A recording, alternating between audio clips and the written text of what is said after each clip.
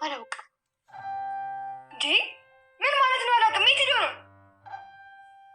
ስመጣ ገፍትሮኝ መጣ። እንዴ ቆይ የታሰረበት እንዴት ሊፈታው ቻለ? ደህና ነኝ አጎቴ። አሁን ግን ከዚህ መሄድ አለብህ። ለምን መሄድ አለብህ? ቆይ ሲጀመር እዚህ እንዴት መጣ? አቤል ስከታተል ነበር። ልጅቷን አግታት እንደሆነ ማውቃለሁ። አጎቴ እሱ አይመለከትም። አሁን በሰላም ከዚህ ሂድ። አቤል ዞርልኛ አይደል? የሆነውን ነገር ሰማሽ አይደል? የኔ ልጅ እንደው ግን እንዴት ቻልሽው? አልቻልኩትም ማሚ። ግን ለእሱ ላይ ሰጥማ የሚባል ልክ ነሽ የኔ ልጅ። ግን እኮ ስትስቂ ስትጫወቺ ምንም ነገር የተጎዳሽ አትመስይ አይደል? አዎ ግን እስቃለሁ። ሳይሽ እኮ ሁሉ ጊዜ ደስተኛ ነው የምትመስይ። ደስተኛ ነኝ እኮ ማሚ፣ ግን ከላይ አይዞሽ የኔ ልጅ። ደግሞ እኮ እስቃለሁ። ለማን ብዬ ነው ተሰብሬ የምታየው? አዎ ሁሌ ስጮህ ሳብት ታየኛለሽ ማሚ። አዎ ውስጥ ያለውን ድምፅ ለመሸፈን እኮ ሰጠው ማሚ። የርብቃ ልጅ ሞተ፣ እኔ በቁሜ ሞትኩኝ። በሱ ምክንያት ቤተሰቡ ሁሉ ተበጠበጠ። ልጄ እኔ ነው የሚቀርበኝ። ብዙ ነገራቶች አሉ ብዙ። አንቺ ደግሞ ምን አጠፋሽ? ቪዲዮ ስትጀምሩ ላይክ፣ ለቤቱ አዲስ ከሆናችሁ ሰብስክራይብ ያድርጉ።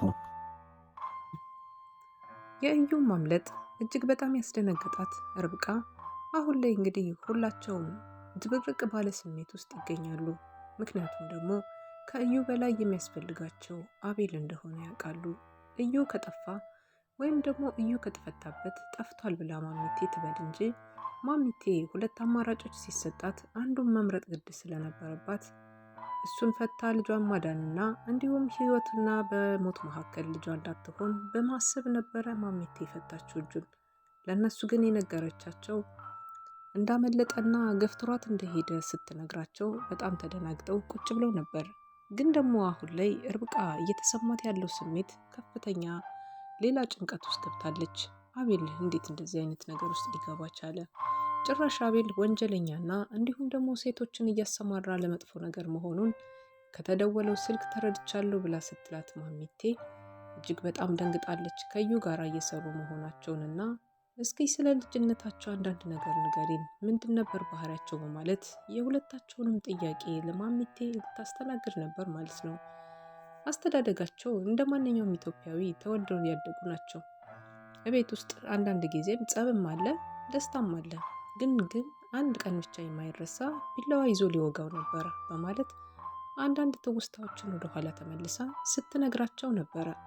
እንዴት እንደዚህ ያደርጋል ወንድሙ ላይ ምናምን እያሉ እነሱም ሀሳብ ሲሰጡና ሲሰነዝሩ፣ ማሚቴ ግን መታቀውን እውነታውን ትንሽ ጨረፍታ ነው እንጂ የተናገረች ትክክለኛ የና አቤልንና እንዲሁም ደግሞ ስላለ የራሷ ላይፍና ህይወቷ አልተናገረችም ማሚቴ። ምክንያቱም ቀሪውን ደብቃለች። አሁንም ድረስ ማሚቴ ልጅ አላት የላትም፣ አቤል ትክክለኛ ልጇ ነው አይደለም፣ ይሄንንም ለርብቃ በአሁኑ ሰዓት ላይ ምንም አይነት ነገር የተናገረችው ነገር የለም።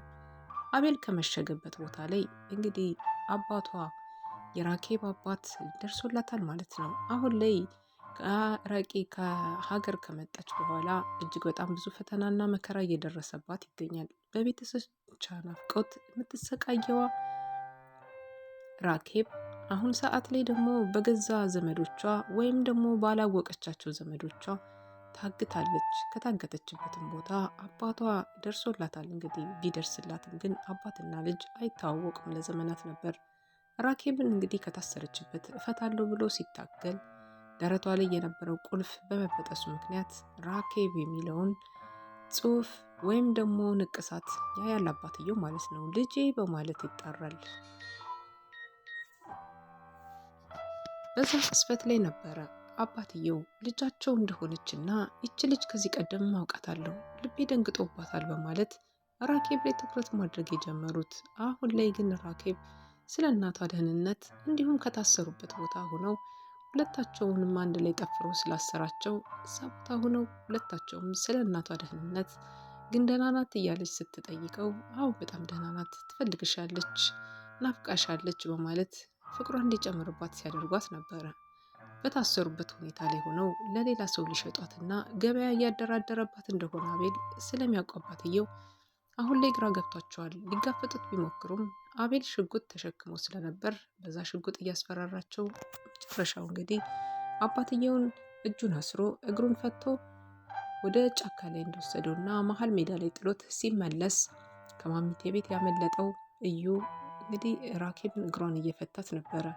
እግሯን ፈቶ ራኬብን እያባበላት እባክሽ ከዚህ መሄድ አለብን እንጥፋ ሲላት ካንተ የበለጠ ጅቡ ሊበላኝ አይችልም፣ አንተ ነህ ከበላኸኝም፣ አንተ ነህ መጥፎ ሰው ነህ እያለች እንግዲህ አባትየው ስለ እዩ መጥፎ ነገር ነግሯታል። ሙሉ ቤተሰቡን እንዳበላሸና የእህቱን ልጅ እንደገደለ የወንድሙን ልጅ እንደገደለና እንዲሁም ደግሞ ቤቱን በሙሉ እንደበጠበጠ ዶክሜንቱን ዛሬም ደግሞ በድጋሚ እንደሰረቀ ሁሉንም ነገር ብቻ ባዶ እንዳደረጋቸው አንዳንድ ነገሮችን እየተናገሩ አባትየው በምሬት ያለውን ነገር ሲያስረዷት ሰምተን አይተን ነበረ።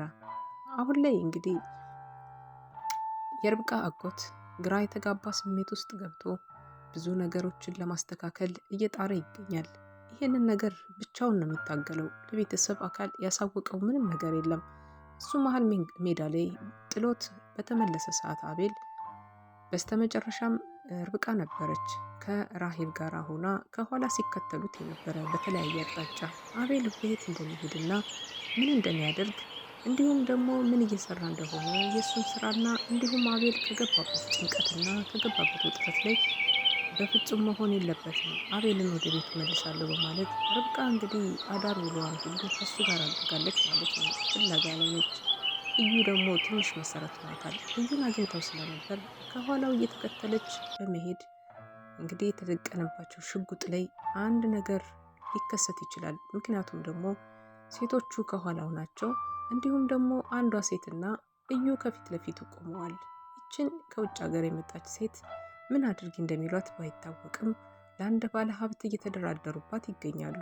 ይሄ ባለ ሀብት ምን ያህል ገንዘብ ቢሰጣቸው ነው እችን ነፍሳስ ይዘው እንደዚህ ይህን ያክል ሊጫወቱባት የፈለጉት? ወንድማማቾቹ አሁን ላይ ሽጉጥ ተደቃቅነዋል። አንዱ እጁን ወደ ላይ ብሏል።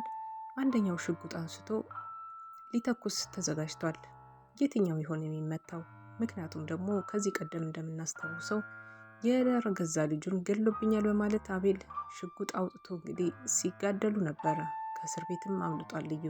አሁን ላይ በእዩ ጥቃት የደረሰባት ርብቃ እንዲሁም ደግሞ አሁን ላይ በጣም ደግሞ እጅግ በጣም በሚያስጠላ ሁኔታ መጥፎ ነገሮችን የምታስታውሰዋ ራሄል በጣም ጉዳቷና ህመሟን በጥርሷ እየሸፈነች እንደምትውል እንደምታድር የአመታት ህልሟን እንዳጨለመባት ብዙ ነገሮቿን እንደወሰደባት እዩ እንደሆነ ይህንን ነገር ያደረገው ስታቅ እጅግ በጣም ቅስሟ ተሰብሯል።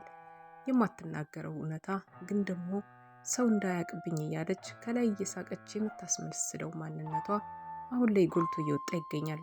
በተለይ ደግሞ እዩ እኔ ነኝ ይህን ነገር እንዲሆን ብሽ ያደረግኩሽ፣ ሴት ልጅ ከነ ክብሯ ነው የምታምረው፣ አንቺ ምን ውበት አለሽ ካላት ወዲህ የበለጠ ለወንዶች ያላት ክፋትና ጥላቻ እያደረባት መጥቷል። ወንዶች በማለት ሁሉንም አንድ ላይ አድርጋ ሁላቸውንም ስማቸውን በአንድ ላይ አጠቃላ መጣራት ከተጀመረች ትንሽ ጊዜያቶችን አስቆጥራለች። የውስጧ ስሜት ተረብሾ ያለችዋ ራሄል ማሚቴን በበኩሏ ለምታጽናናት እየሞከረች ትገኛለች። ልጄ ባክሽ በሰዓቱ አልደረስኩልሽም፣ ይቅር በይኝ፣ እኔም ጥፋት አለብኝ በማለት ራሄልን እንግዲህ ቅርታ ሲጠይቋት ነበር። ማሚቴ ከደረሰባት ነገር አንጻር ቁስሉ የማይሻርና በጥርሷ ልትሸፍነ የሞከረች ግን ደግሞ ችግር የደረሰባት የማትመስለዋ ራሄል አሁን ላይ ለጓደኛዋ ስትል ሁሉን ነገር ልትተው ብትሞክርም ግን ደግሞ የሚረሳ አይደለም። ቁስሉን ሌላ ሰው እንደኔ ቆስሎ ካላዩ በቀር እዛ ቁስል ላይ ካልቆምን በፍጹም ይሄን ነገር ልንረዳው አንችልም፣ የኔ ህመሙ ልዩ ነው በማለት እንግዲህ ብሶቷን እየተብሰከሰከች ስትናገር እያየናት ነበረ። ከአይኗ እንባ የማይፈሰው ራሄል አሁን ላይ አይኗ እንባ ሲያቀሩ፣ አይኖቿ እንባ ሲያፈሱ እያየናት ነው። ህመሟ ከውስጥ ነው፣ የዘለቀ ነው፣ የቆየ ነው። ያልተናገረችው የተዳፈነ እውነታዋን አሁን ላይ እየቆስቁሷት ከዚህ በኋላ የሚድን አይነት ስሜት ያለ አይመስልም። ውድና የተከበራችሁ እዩና እንግዲህ ወንድማማቾቹ ሁለታቸው ተፋጠዋል።